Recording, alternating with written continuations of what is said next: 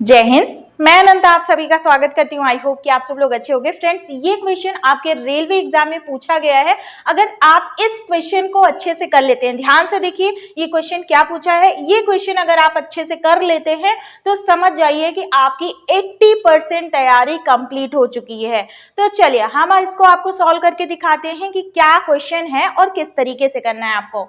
चलिए, यहाँ पे है रमन प्रतिदिन 7:40 AM पर मतलब सुबह घर से निकलता है और 9:46 AM मतलब सुबह अपने कार्यालय पर पहुंचता है। ये देखिए यहाँ पे क्या है, यहाँ पे उसका घर है और यहाँ पे उसका कार्यालय है, ऑफिस है। क्या है कि 7:40 AM पर घर से निकलता है और उसके बाद क्या बोल रहा है 9:46 AM पर यहाँ ऑफिस में पहुंचता है। तो यहाँ पे टोटल टाइम कितना हो गया, टोटल टाइम हो गया 2 घंटे। ठीक है, 2 घंटे 6 मिनट।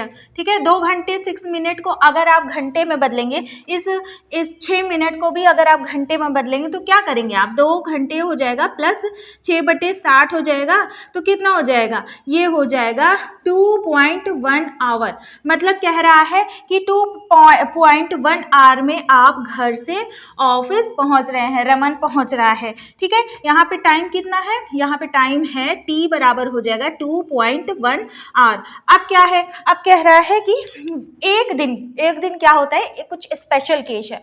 तो एक दिन क्या होता है कि वह 7:40 से अपने घर से निकलता है, लेकिन 1/4 दूरी सामान्य चाल को 6/7 चाल से और शेष दूरी सामान्य चाल की 6/5 चाल से तय करता है।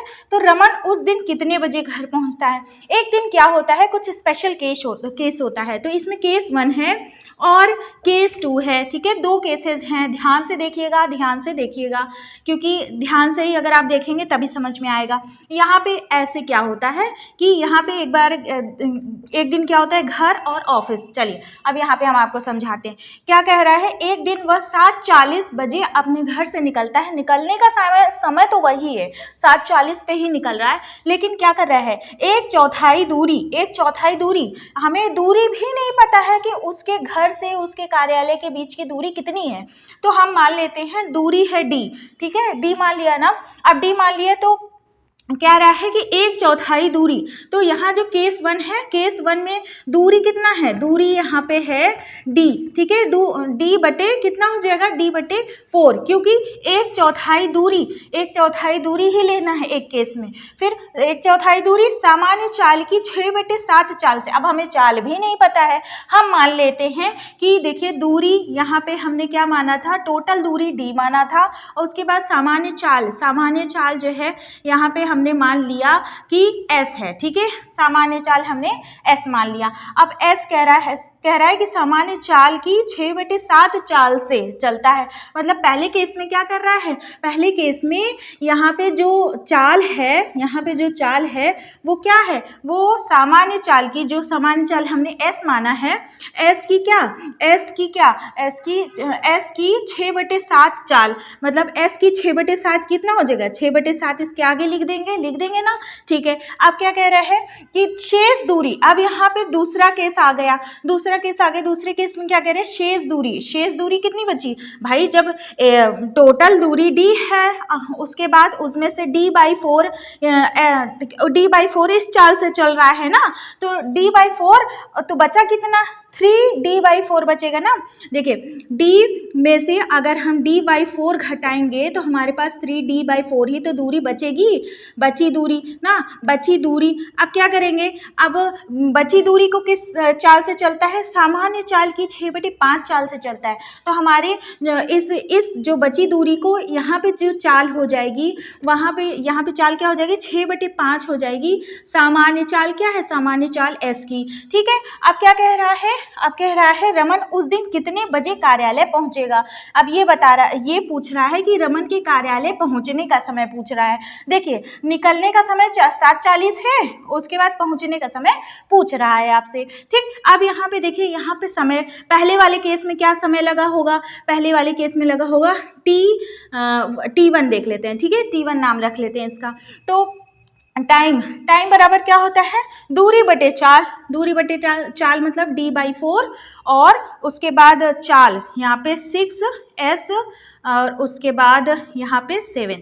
ठीक, ये हो गया दूरी बटे चाल। जब आप इसको अपॉन में करेंगे ना, सारा ही ऐसे अपॉन कर देंगे तो क्या होगा, d/4 ऐसे हो जाएगा और अपॉन ऐसे। ठीक है, तो ये सॉल्व करके ऐसे आएगा। ये इक्वेशन 1 हो गया आपका, मान लीजिए।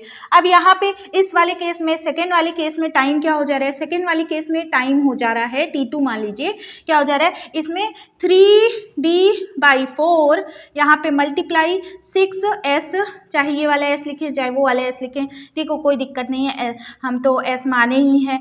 और s ये 5 क्या है, ये 5 है यहाँ पे। ठीक, अब उसके बाद एक चीज़ और, जब पहले वाला केस था, जब यहाँ पे जब ये पहली वाली लाइन दी गई थी, तो पहली वाली लाइन के हिसाब से अगर हमने d माना था तो ये d किसके बराबर हो सकता है, ये जो टोटल पूरा d है ये बराबर किसके हो सकता है, ये जो हमने चाल है स्पीड इनटू टाइम क्या है 2.1 के बराबर होगा कि नहीं होगा, ये होगा ना। ठीक है, आप इसको ध्यान रखिएगा कि ये वाला d बराबर क्या हो जाएगी, जो पूरा वाला d है डिस्टेंस, वो बराबर है स्पीड इनटू ये वाला टाइम। ठीक, अब यहाँ तक हो गया ना। अब क्या करेंगे, अब हम दोनों समय को, केस 1 के समय को केस 2 के समय को क्या करेंगे, ऐड करेंगे।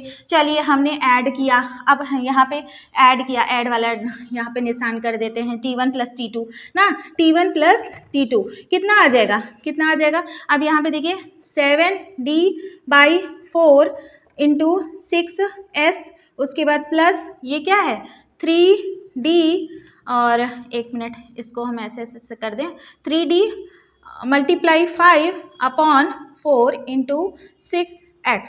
ठीक है, ये हो गया ना। अब यहाँ पे कुछ चीज़ें कॉमन होंगी, वो आप निकाल लीजिए। क्या चीज़ कॉमन है, देखिए ये d कॉमन लग रहा है ना, d कॉमन निकाल लिया।